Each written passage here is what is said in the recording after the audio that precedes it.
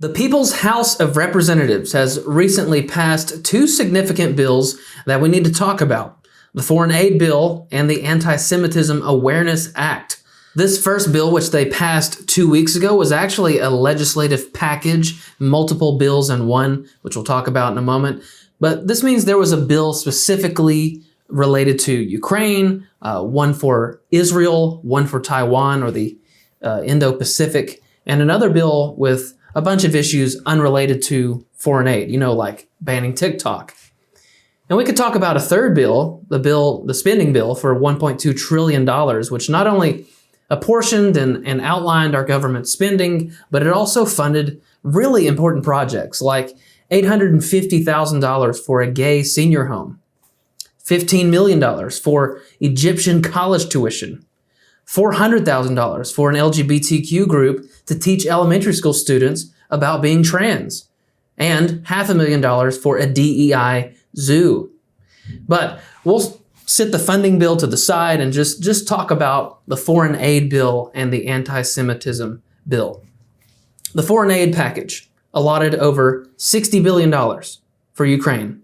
And within that $60 billion is $23 billion to replenish American weapons and facilities, which I have questions about.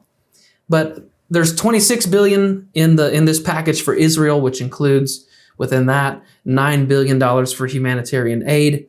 And lastly, the package includes over $8 billion for the Indo-Pacific area, which basically means Taiwan, who are really feeling the heat from China, an enemy of the United States.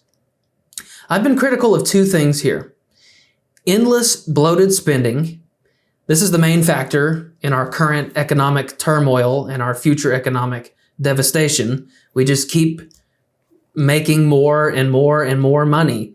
This inevitably devalues our currency, which causes inflation, stagflation, and recession because it takes more dollars to make things, which raises prices, demand drops, and on and on and on we go into financial disaster. And the other thing I've been critical of is the bizarre support for Ukraine.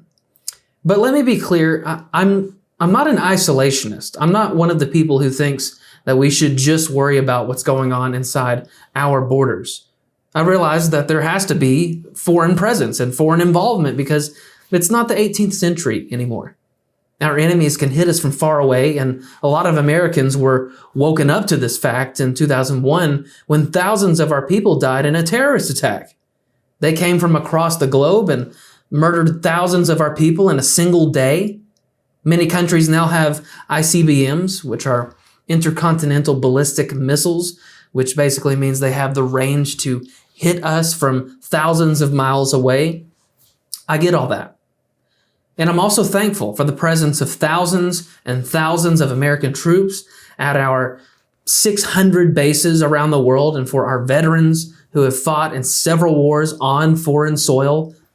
Again, I get all of this. So I'm not an isolationist. But at the same time, I was bewildered by the near unanimous support from our politicians and celebrities who all lined up to support Ukraine upon the outset of this war. And here's why. Over the last decade, Ukraine has had one of the most corrupt governments on the planet. Hunter Biden was working for a Ukrainian energy company just before all of this started. Trump was impeached over a phone call with Vladimir Zelensky. When Putin declared this war, one of his objectives was to denazify Ukraine, which was evidenced in photos I've shown on this show, this channel, and Zelensky praising a literal Nazi in Canada's parliament. Zelensky was an actor, like a television actor before all of this. But that's not the weird part. The weird part is that he played the role of the president of Ukraine on a TV show and then actually ran for president in real life and became the actual president of Ukraine. And it's like he's still playing the role because he'll go to things like the G20 summit in his military dress instead of a suit like everyone else. I did a whole episode on Tucker Carlson's interview with Vladimir Putin, and we learned from that conversation that the United States has been stirring the pot there in Ukraine for almost 20 years. We even supported a coup there while Obama was in office. Oh, and you can't forget that the Democrats denied and investigated the election of Donald Trump in 2016, saying that he had colluded with Russia to steal the election. Remember that?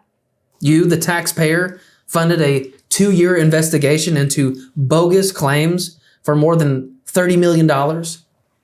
Isn't it weird that our congressmen and women are wearing Ukrainian pins on their jackets and waving Ukrainian flags on the floor of the People's House?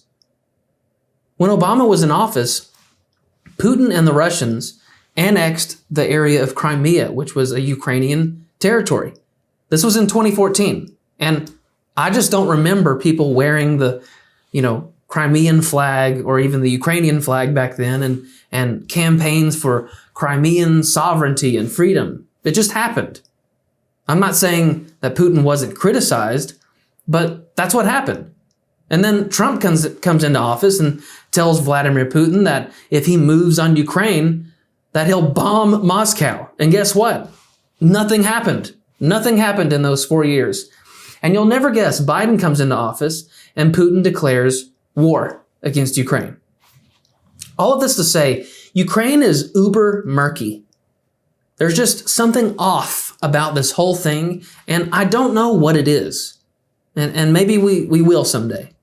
This is why I've been incredibly hesitant in all this to give them billions and billions of dollars, not to mention all of this has only antagonized Putin more and more with each and every step. In fact, this is what happened the week of this bill being passed. So just follow the sequence here.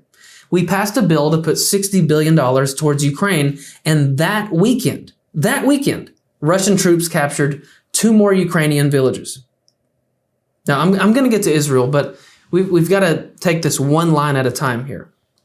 Putin's not trying to start a world war, okay?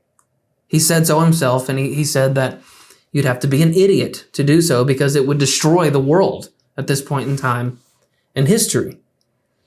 Putin has also squashed the concerns about being fascistic or imperialist, rolling through Europe, as so many have expressed. In other words, Putin has stated that he's not aiming for other countries outside of Ukraine or the Baltic states, areas which once belonged to the Soviet Union. Now, I know this could be an outright lie, but it would be insane for him to do so.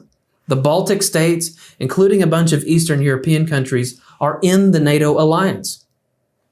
Putin would be inviting holy hell upon Russia and himself if he was trying to seize all of the former Soviet regions. So what's this really about? Well, Mike Johnson says it's about sending bullets rather than troops. Okay, well, yes, we would rather not send our troops into battle, even though they could wipe the floor with the Russians. And yes, American boots on the ground would undoubtedly invite retaliatory attacks, maybe on our homeland. Vastly dangerous, of course. And I don't think anyone is saying there should be American soldiers in Ukraine, except for Lindsey Graham, maybe. So the idea is that we're going to pay for equipment, restocking ammunition, etc., for Ukraine's forces. So here's what this tells me. The war machines and defense contractors lobbied Congress really hard, and they got their way. Now, apparently, there was a provision which stipulated this aid be in the form of a loan with some kind of expectation that Ukraine would pay us back. I don't see how that's possible, but apparently we're only talking about $40 billion here. The other $20 billion towards Ukraine is invested into our own military, which I'm fine with. And then we get to Israel. Mike Johnson says it's our biblical imperative to stand with Israel, and I agree with that. But I don't think Israel needs extra money from us.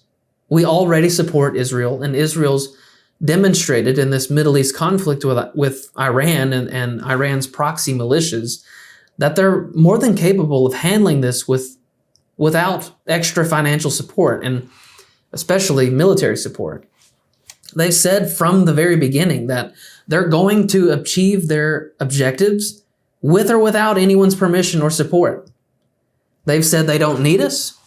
All that's necessary on our part is to have their back. If it looks like Israel's in trouble, that's when we step in. We express verbal support for them. But you see, now even that is dwindling. And Israel's enemies can sense that laxation, that lack of support. Even so, Israel still presses on, intent on destroying Hamas. Speaker Johnson said, "I think most people understand the necessity of this funding. Israelis are fighting for their very existence. They're the only stable democracy in the Middle East." They're not fighting for their existence. They were sucker punched in the middle of the night on October 7th, and now they're destroying that terrorist group and continuing to defend themselves against the relentless shilling from the true genocidal maniacs all around them. The problem that Israel is not really addressing, and I wish they would, is that Hamas and the Islamo-Nazis in Iran are waging an excellent, successful propaganda war against Israel, and it's working very well. That's why we've got a bunch of ignorant fools protesting at our college campuses all over the country, identifying with and supporting a terrorist regime and labeling Israel the occupying, genocidal bully in the Middle East. So Israel should be doing way more to defeat the lies being spread throughout the world's media and social media. But this extra financial aid to Israel, I think, is unnecessary when all we have to do is say that we support Israel, we have their back. Then there's Taiwan and its rocky relationship with China, an unquestionable enemy of the United States. Taiwan considers itself a sovereign state, but China claims it as part of its territory. What does that sound like? This goes back to the 1940s when two opposing ideological forces or political parties fought in the Chinese Civil War. The nationalist government, the Republic of China, lost to the communists and fled to this island of Taiwan, which they've since governed. But China has repeatedly stated its intention to reunify Taiwan with the mainland by force, if necessary. So really, you have two completely different groups of people, one being a democratic republic and the other communist, which we've always historically opposed. We've fought numerous wars over defeating and containing communism because of its direct violation of human rights and our core value in America, liberty. This is what gives Taiwan great distinction from Ukraine. Plus, there's nothing shady about Taiwan, so I'm happy to preserve freedom in the Indo-Pacific, and so are other countries in the area like Japan. Representative Bob Good, who is chair of the House Freedom Caucus, said this bill, this foreign aid package, was all a slide down into the abyss of greater fiscal crisis and America Last policies that reflect Biden and Schumer and Jeffries, all Democrats, and don't reflect the American people. And I mostly agree with that statement. And then there's the TikTok ban, which was part of all this, and it's basically a countdown clock. The Chinese company who owns TikTok has 100 days to sell TikTok to an American company or else be banned from the United States. This is obviously another example of Congress being lobbied into submission by our local tech companies like Facebook or Meta, who are surely losing business to this tech dragon. A lot of politicians warned of TikTok's obtaining user data. That's every tech company in America, y'all. I hate to tell you. I understand government employees not being able to use TikTok for that reason, but there's a bunch of Americans who love TikTok, and there's even a sizable group who depend on TikTok for their well-being, like their livelihood. So my guess is that one of our tech giants, Google, Microsoft, or Meta, will purchase TikTok because its disappearance will tick a lot of people off. And they won't just be mad at Joe Biden. They'll be mad at all the members of Congress who passed it with flying colors. Personally, I post my videos to TikTok. I think TikTok has the most effective algorithm compared to any of the other social platforms. It can be absolute garbage if you don't teach it what you do or do not want to see. But I don't see any American companies offering a truly comparable alternative. Now on to the other bill, the Anti-Semitism Awareness Act. This bill was first drafted last year in the wake of rising anti-Semitism and, of course, October 7th, but it was brought back up and voted on last week to combat a lot of the genuine Jew hatred being demonstrated on our college campuses. My guess is that this act will either be vetoed by the president or the courts will shoot it down, and here's why I think that. This is basically a hate speech bill, which I know is a super generalized term, but we have to begin with a proper definition of anti-Semitism. There has to be some sort of relationship between those terms because hatred is the strongest of terms. It's not just disliking someone or something. It's extreme dislike or disgust.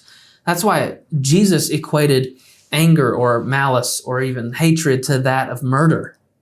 It's that severe. It's that extreme. And this understanding goes hand in hand with anti-Semitism. This is hostility toward, discrimination against, or hatred for the Jewish people as a religion, ethnic, or racial group. Is that what we see happening in 2024? Absolutely. Based on this definition, Hamas is anti-Semitic, college students all over the country are anti-Semitic, and even some of our Congress members are anti-Semitic. Why? Because they're hostile toward, discriminant towards, and hateful towards religious Jews, ancestral Jews, and national Jews. There's no debating that. And I think that the majority of people are aware of this.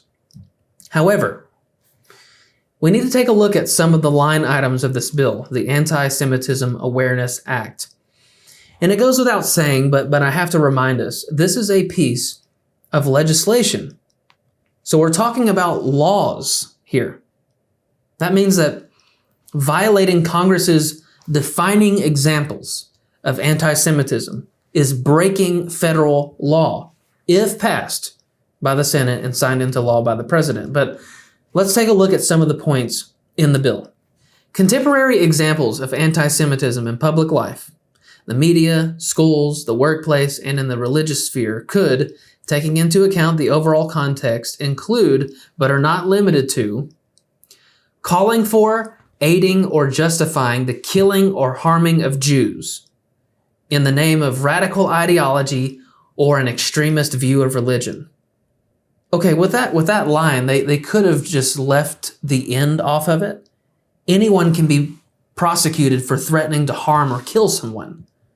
What does ideology have anything to do with threats or open calls for violence and hostility?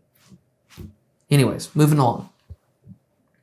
Making mendacious, dehumanizing, demonizing, or stereotypical allegations about Jews as such, or the power of Jews as collective, such as, especially but not exclusively, the myth about a world Jewish conspiracy or of Jews controlling the media, economy, government, or other societal institutions. I think that one is quite the stretch. Saying false things about a race or perpetuating stereotypes or even jokes, these things are not violations of free speech, and they don't fit the description of anti-Semitism or hate speech. Like this line almost, it seemed like a joke. I mean, no other racial group in America has favorable legislation like this. That would be like passing a federal law saying it's illegal to say Asian people make good grades or that blacks like fried chicken. I mean, you could even lie about a race. Like, I don't know, you could say white people represent the patriarchal oppressors or something. And that still wouldn't be a violation of the First Amendment. So this isn't off to a good start thus far. For that one, they could have just said, you can't say mean things about Jews. Now, just for the record, I don't think that you should spread lies and dehumanize anyone or demonize someone Let no unwholesome word proceed from your mouth. Treat others the way that you wish to be treated. Love as you've been loved. But this sort of thing happens all day, every day. Let's keep going. Accusing Jews as a people of being responsible for real or imagined wrongdoing committed by a single Jewish person or group, or even for acts committed by non-Jews. In other words, generalizing Jews, basically. Like if your neighbor, Yuval Zuckerman, always blew his leaves onto your lawn, so you generalize all Jews to be like your inconsiderate neighbor, Yuval. This is extraordinarily vague, but again, this is not hate speech. It's not anti-Semitism or a violation of First Amendment rights. Denying the fact, scope, mechanisms, for example, gas chambers, or intentionality of the genocide of the Jewish people at the hands of the National Socialist Germany and its supporters and accomplices during World War II, the Holocaust.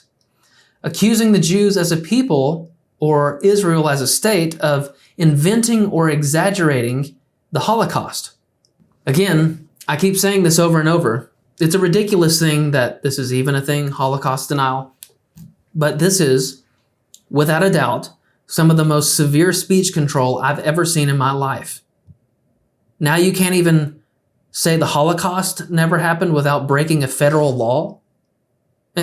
We're not done. Just get a load of this next one. Passed by the United States House of Representatives. Using the symbols and images associated with classic anti-Semitism, for example, claims of Jews killing Jesus or blood libel, to characterize Israel or Israelis. This is absolutely outrageous. Under this law, no more crosses. No more saying the Jews sought to murder the Christ. No more reading of the New Testament. No more quoting the scriptures concerning Christ. No more evangelism or sharing the literal gospel. Toss Matthew, Mark, Luke, and John out while you're at it. Better get rid of Acts and the epistles too. I mean, you might as well make Christianity illegal while you're at it. And our so-called devout Christian Speaker of the House passed this filth, which tramples all over the United States Constitution, the freedom of speech, and the freedom of religion. Let me tell you all something. It is, once again, not hate speech, hostility, discrimination, or anti-Semitic to quote historical fact. I'm not generalizing all the Jews as guilty of killing my Lord, so please don't lock me up. But it's an irrefutable fact that the Jews despised, rejected, and delivered Jesus over to the crucifixion by their overlords, the Roman Empire. And that was only the case because the Jews weren't allowed to carry out executions under the Romans. And need I remind you that Jesus was in fact Jewish. What in the world is going on with this?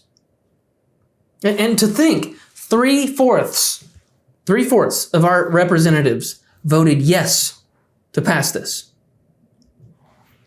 Love him or hate him, Matt Gaetz nailed his response to this, saying, "This evening I will vote against the ridiculous hate speech bill called the Anti-Semitism Awareness Act.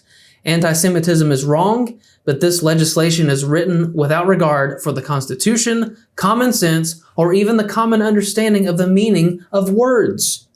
The gospel itself would meet the definition of anti-Semitism under the terms of this bill."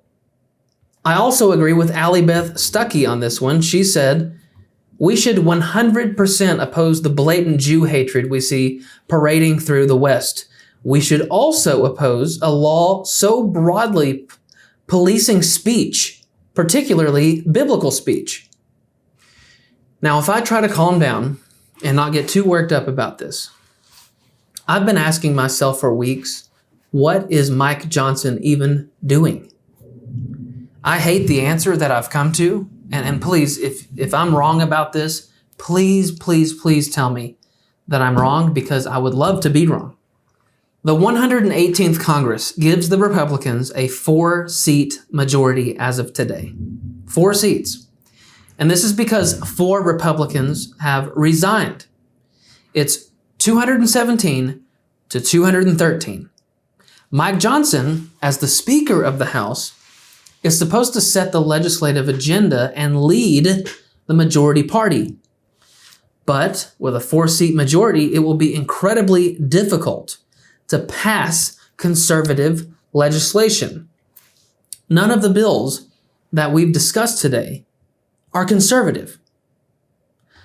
Not the foreign aid bill, with the exception of maybe Taiwan. Not the funding bill, not the Anti-Semitism Act. All of these things are at most destructive and at least negligent of the most pressing issues for everyday Americans. This November, every single House seat is up for election or re-election. 435 seats. How confident are you, Mike, that you'll at least retain this razor-thin majority? What if we lose the House, Mike? I promise you, it will be for these reasons. I'd rather you pass nothing at all, than this busy work that you've been doing. Now here's the deal, and this is the conclusion I've come to that I don't like. We must control Congress. Conservatives must control Congress to fix the devastation Biden has caused the country. God forbid, if the old bag of bones wins again, we can gridlock him in Congress. If Trump wins, Lord willing, a Republican Congress and a Republican White House spells a serious cleanup crew.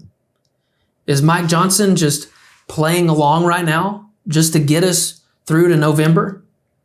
Is he doing what's necessary to remain in position for the necessary era of making America great again? Perhaps. If I'm right about this, then Marjorie Taylor Greene is making a grave mistake. And you see, this is why I couldn't be a politician. I understand this is a similar strategy being utilized in the anti-abortion movement. So Trump has to say what I don't want to hear in order to get into office, where he can then direct Congress to draw legislation that I do want to see. I just couldn't march out there and say, oh yeah, abortion is murder, but we'll leave that up to the states. So what's more important, taking a moral stance every chance you get, or playing the game to win? Thanks for watching this clip. Listen, I want to make sure that you stay informed on the news and the biblical response to it. So do yourself and us a favor and hit the subscribe button before you go. And then we'd love for you to check out WeTheFreeShow.com to grab yourself some merch and to spread the word of We The Free. And we're also going to put a video on the screen right now that we think you'll love. Now go and be that salt and light, and we'll see you next time.